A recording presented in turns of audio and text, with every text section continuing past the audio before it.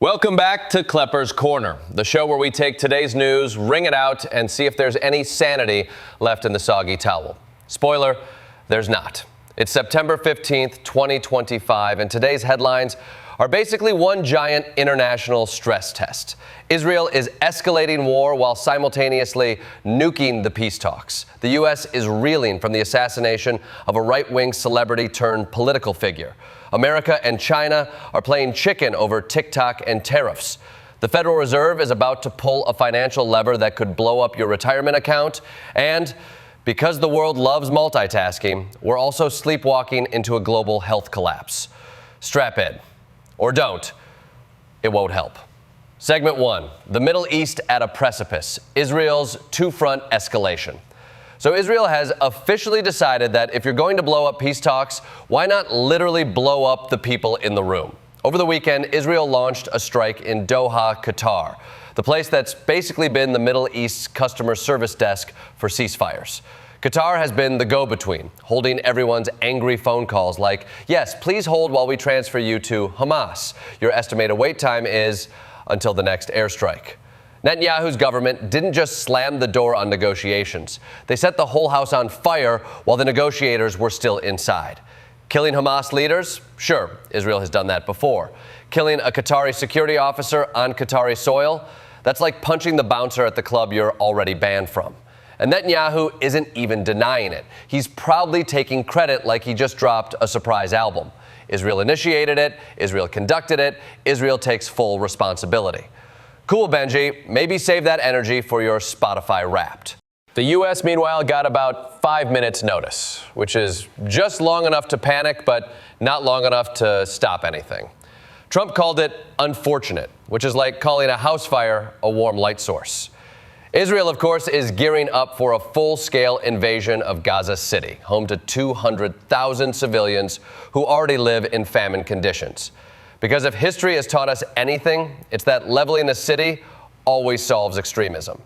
Ask Fallujah, or Aleppo, or basically every city the U.S. has touched in the past 20 years. And here's the kicker. Even Israel's own military think tank says this is a terrible idea. Meanwhile, the families of Israeli hostages are screaming, maybe don't bury our loved ones under the rubble in your rush to prove a point. But Netanyahu's coalition wants total victory. Total victory sounds impressive until you realize it means zero peace, zero friends, and zero hostages left alive.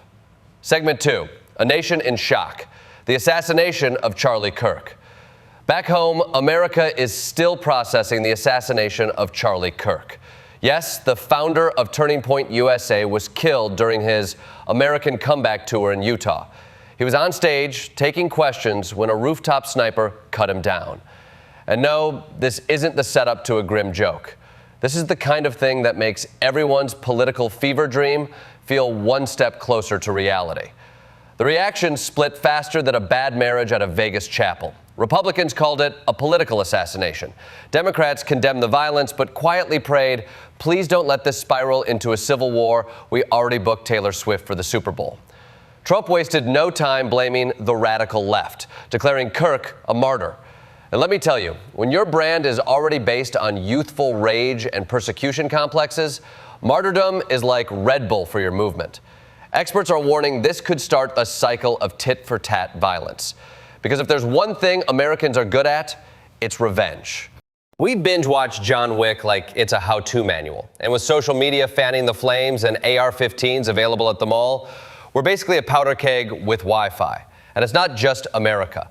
Kirk's death has gone global. In London, anti-immigration marches honored him. In South Africa, right-wing groups held vigils. In Argentina, President Javier Milei posted a photo with Kirk and Trump like it was the conservative Avengers. Only in this movie, instead of saving the world, they're banning pride parades and deregulating fertilizer. So now, a domestic American tragedy is fueling a worldwide nationalist bromance. Fantastic. Who knew the first casualty of the 2025 election season would also become a global poster boy for right-wing victimhood? Segment 3, the Madrid talks, TikTok, tariffs, and tensions. While Israel and Gaza burn and America tears itself apart, the U.S. and China decided now's the perfect time to argue over TikTok. Because why focus on peace or democracy when the real question is, who controls teams doing thirst traps?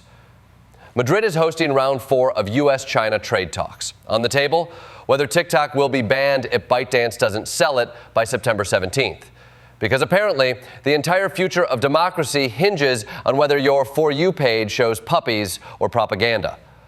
Treasury Secretary Scott Bessent says we're very close to a deal, but he also warned we won't sacrifice national security for a social media app. Which is weird because we already sacrificed national security for guns, gas, and Elon Musk's Twitter feed. Meanwhile, tariffs are looming again. The truce ends in November, which means your Christmas iPhone could cost more than your rent. China is pushing back, calling U.S. demands economic bullying. And to prove their point, they've launched probes into American semiconductors, which is basically like threatening to cancel America's Netflix subscription. And if that wasn't enough, while diplomats sip espresso in Madrid, the U.S., Japan, and South Korea are running the biggest war games yet off Jeju Island. North Korea, predictably, is furious. Kim Jong-un's sister called it reckless, which, coming from a regime that literally fires missiles into the sea for fun, is like hearing your drunk uncle call someone else irresponsible. So let's recap. TikTok negotiations, tariff tantrums, naval brinkmanship, and missile drills. This isn't diplomacy. It's a geopolitical episode of Love Island. Except instead of roses and kisses, the losers get trade sanctions and nuclear escalation. Segment 4, the economic pulse, the Fed's big decision. Global markets are on edge because Jerome Powell and the Federal Reserve are about to decide whether to cut interest rates. It's the first time this year, and everyone is betting on it. Wall Street's basically acting like Powell is Oprah. You get a cut. You get a cut. Everyone gets a cut. The job market is slowing. Only 22,000 jobs in August. Unemployment at 4.3%, which is not terrible unless you're one of those 22,000 people, in which case, yeah, it's terrible. But inflation, still sticky. And consumer spending, still strong. So the Fed is caught in that classic dilemma. Cut rates and risk inflation, or hold steady and risk recession. It's like being stuck at a buffet where the only choices are undercooked chicken or mystery meat. Markets are soaring anyway because traders believe two impossible things: that the economy is weak enough to force cuts and strong enough to keep profits high. That's not a strategy. That's denial with better suits. If Powell goes hawkish, this whole AI-driven stock bubble could pop faster than a kid's birthday balloon at a cactus convention. Meanwhile, Elon Musk is boosting Tesla's stock by buying $1 billion of his own shares. Classic Musk move. When in doubt, make it all about Musk. Nvidia is getting heat from Chinese regulators for antitrust violations. United Health is busy lobbying the Trump administration like it's an open bar. And crypto bros are popping champagne because Gemini went public. Remember when crypto was the future? Now it's the future of overvalued IPOs. Segment 5, the silent crises: health, hate, and hunger. And now the crises you won't see trending. Global health is quietly collapsing. Non-communicable diseases like cancer and heart disease are killing more people. Mental health budgets are laughably tiny. And for the first time ever, more kids are obese than underweight. Congratulations, humanity. We've managed to lose a war against Cheetos. China's battling chikungunya with COVID-style lockdowns. The CDC is warning travelers. Climate change is making mosquito diseases spread faster than TikTok dances. And here in the U.S., Ozempic mania is driving up healthcare costs, while millions are set to lose insurance thanks to spending cuts. Nothing says land of the free like being too broke to afford the drug that keeps you thin enough to fit in the coffin you'll need early. And at home, the hate keeps bubbling. Racist stickers in Indiana, threats against pride festivals. It's like America's simmering rage is finding its way onto every lamppost and parade flyer.